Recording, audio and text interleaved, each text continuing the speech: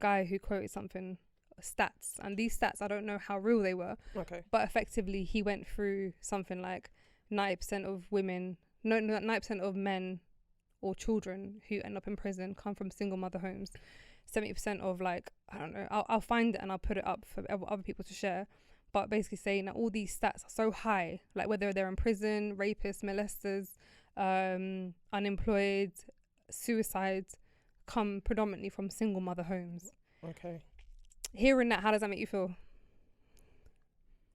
You know who said it, but Yeah, I just I know don't who know said it. how fact checks it was. Yeah, I would definitely like to fact check those stats. So I tried to, and I couldn't really get much. And so also I feel like, aside from that person saying that, I feel like people find stats that suits their agenda. 100%. Basically. So if you want to find something to push your agenda, you're going to find stats. I feel like 100%. So that's why I'm not really this whole stats thing. Yeah. Earlier you spoke about stigma when it comes to single mothers. When I saw, do you remember that post I told you about the 90% of women, or 90% of kids come from single mother homes? I actually wrote, I not had my back against the wall, but I kind of felt that, because he said, well, you know, in order to avoid this, basically you need both parents. So Which I 100% agree. Yeah, 100% true. But there's a few factors to consider. So I had my back against the wall in the sense that my response was, well, isn't it about time for men to step up and be fathers and not just part-time carers or like your babysitter? Like, why is it that these men aren't active in their lives, realizing their responsibility? And then I started going through, I wrote more, but I can't remember exactly what I wrote. But I try my best to sort of make sure I'm articulating myself enough. Yeah. So I'm not just coming off as a disgruntled woman, because I'm not. Do you know what I mean? It's something that I genuinely fear and worry about as a parent about my child. Yeah.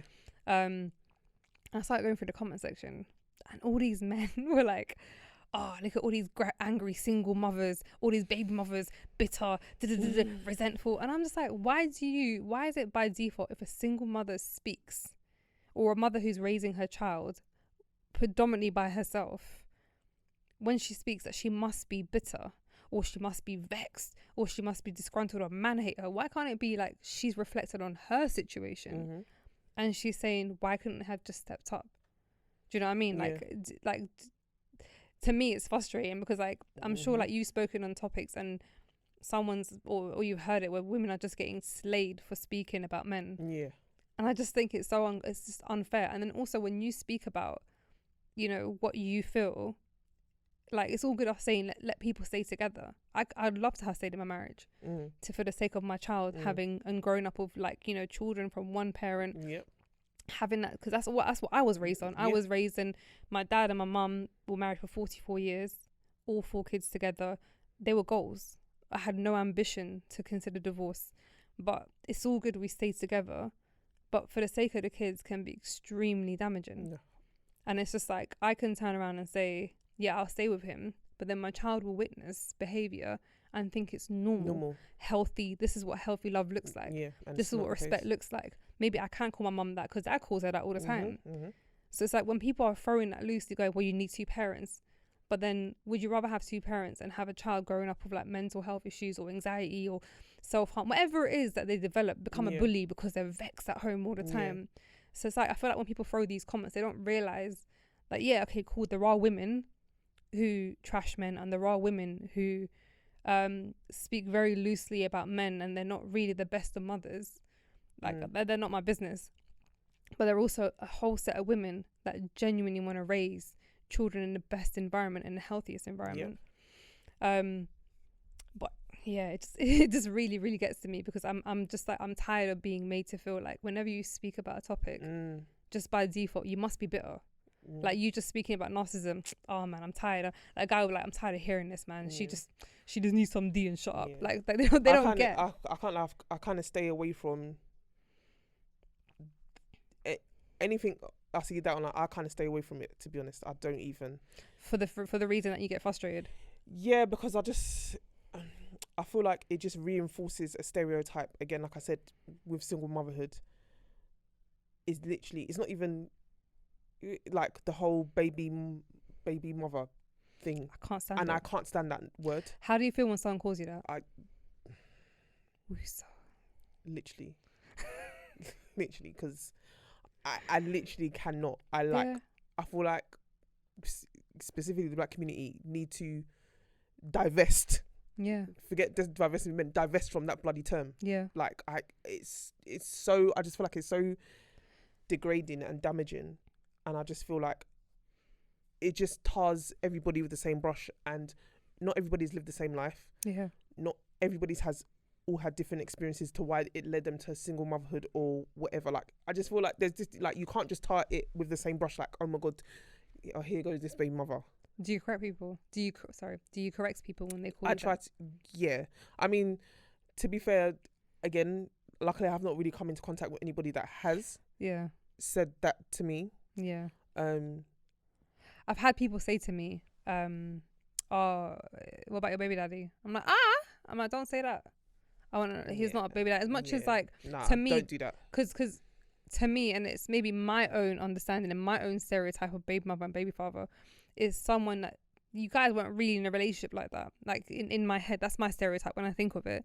What I conclude is they end up getting pregnant together.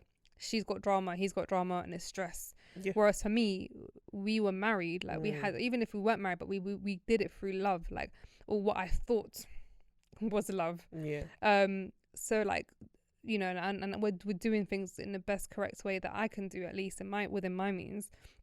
And he's still active in his life, whether it's in the best way I want it to or not. But he is an active parent. Yeah. So don't disrespect me or him. Like if I want to disrespect him, let me disrespect him. But don't be calling him names. Like I just literally, if you say it to me, I'll be like, mother of his child. Yeah. Like I'll stop you in your mid conversation and just correct you. More anytime you would hear me say my son's dad.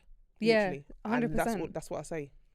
He's not my baby daddy. So I got as far as someone say to me, like, who's Caribbean, of Caribbean descent, and they're like, baby mother and baby daddy is normal. We just say that to even our queens, like we'll say baby mother, and I'm just like, and that's obviously that's someone's opinion. It doesn't represent all culture, but it's just like I appreciate it. Whilst I appreciate it, I'm not receiving it that way. So I just be mindful of it, because to me it grates on me different. This is the thing; it's become a norm, and it shouldn't really be the norm, because that's, to me, like I said, it's a negative stereotype personally. Like what all that encompasses baby daddy, that whole culture, to me personally, it's not positive. Yeah, because you see it in movies, you see it in TV shows, like reality TV, music, all of that. Yeah. There's like the side chick, the baby mother. Exactly. Like it's just like we're being categorized. It's just like, no, we're queens, my G. I don't. Yeah.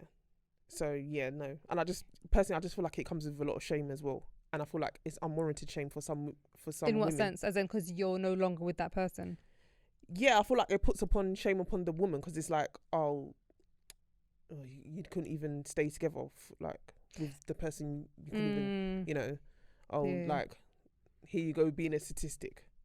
I think that's the hardest thing. Like, I literally at some point said to myself, I'm another statistic. That's like literally I made myself feel like crap. I don't need no one to say it to me. Yeah, I think when you have aspirations for a better life, and then life plays some next cards your way, and you just have to like deep it. And when I deeped it, I was like, it's another, I won't say broken home, but it's another home that's no longer what we hoped it to be. Yeah. And it's just like, some people don't realize that it takes literally two to tango in both making a child, but also wanting to make it work.